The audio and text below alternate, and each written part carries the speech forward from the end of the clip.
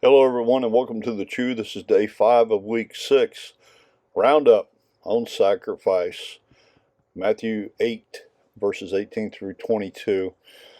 Today, I want to highlight some of the things that we have covered this week, and I feel that they're worthy of your time to consider once again as the week comes to a close. What is sacrifice?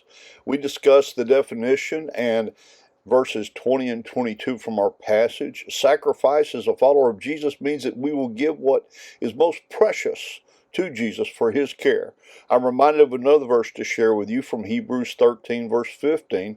Through Jesus, therefore, let us continually offer to God a sacrifice of praise, the fruit of lips that openly profess his name.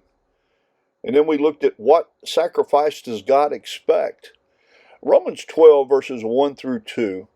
Therefore, I urge you, brothers and sisters, in view of God's mercy, to offer your bodies as a living sacrifice, holy and pleasing to God.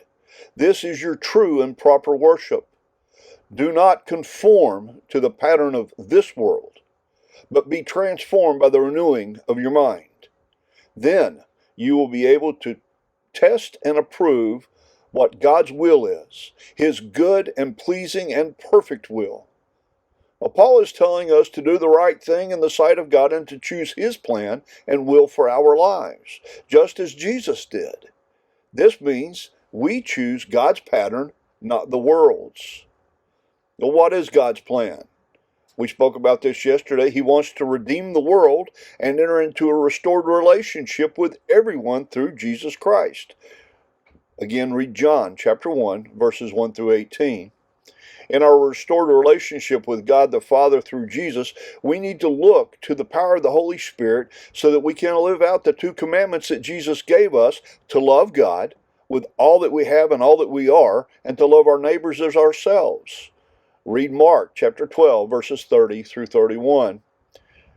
So while we're learning and growing in love and grace, we need to be sharing what Jesus has done for us, is doing for us, and how we have hope in him for today, tomorrow, and the future that we have here on earth, and his eternal presence when he calls us home.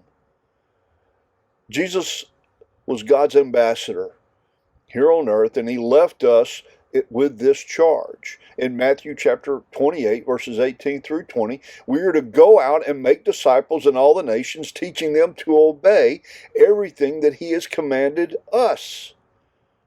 And then lastly, Paul tells us in 2 Corinthians chapter 5, verse 20, in part, we are therefore Christ's ambassadors.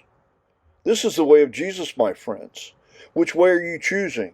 Are you choosing the way of Jesus, or are you choosing your own way?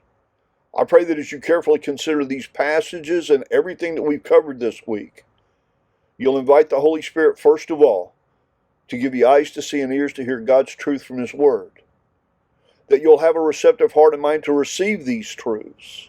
And then you will take action with the same boldness, commitment, and courage of Jesus Christ.